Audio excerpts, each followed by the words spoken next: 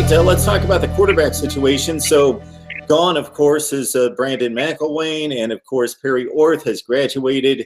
It's all up to Jake Bentley, which is not necessarily a bad thing because he really showed us some skills in the second half of 2016, 9 TDs and 4 interceptions, threw for about 66% of his passes completed.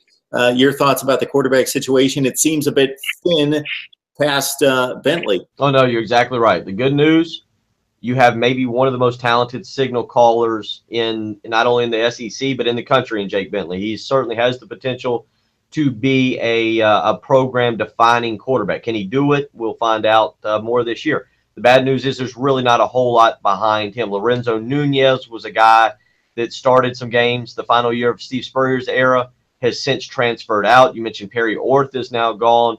Michael Scarnecchia, who's I think thrown about 15 or maybe 12 career passes, is considered the backup. He's a bigger kid, 6'4", about 220 pounds. Is coming off shoulder surgery, but did participate during the spring and will be the backup. And then you've got Jay Urich coming in from Wren High School, but he did not enroll early. He's enrolled now. He's enrolled in the month of June. And he's going to be a third-string quarterback. They dabbled in the graduate transfer market. However, you know this as a graduate transfer, everybody wants to come and start. And we know who the starter is at South Carolina. There was no question about that.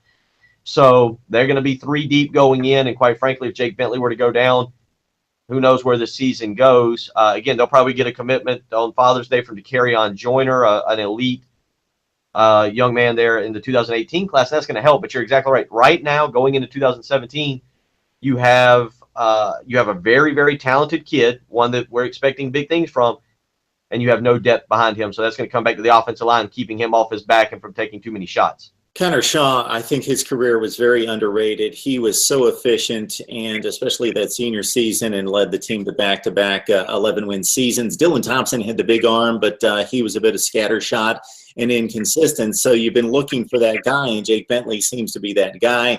And so Gamecock fans have to be elated over him coming through and meeting those recruiting rankings as soon as he did.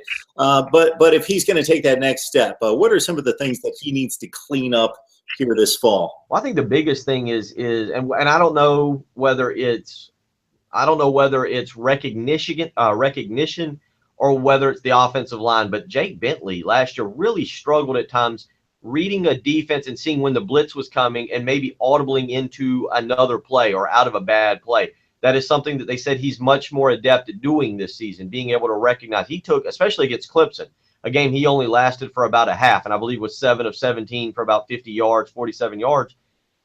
He took some massive shots in that game because Clemson would just bring extra blitzers. Now, was it the offensive line's fault that they didn't pick it up? Was it Jake Bentley's fault for maybe not changing the play? It seemed like at times he took some big shots last year, and we talk about the depth. He has to stay healthy.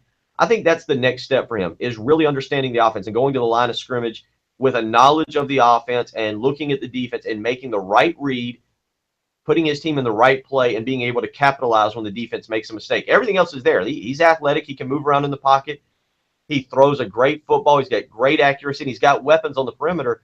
For him, it's going to be the knowledge of the offense, going to the line of scrimmage, putting his team in the right play without making a mistake or having a delay of game penalty. Yeah, Clemson gave up some points last year, but we know how much talent they had up front. And they figured things out late in the season, and South Carolina was one of the targets there, and unfortunately got in the way of Clemson kind of bringing it all together on defense, and we saw what they were capable of through the college football playoff in particular.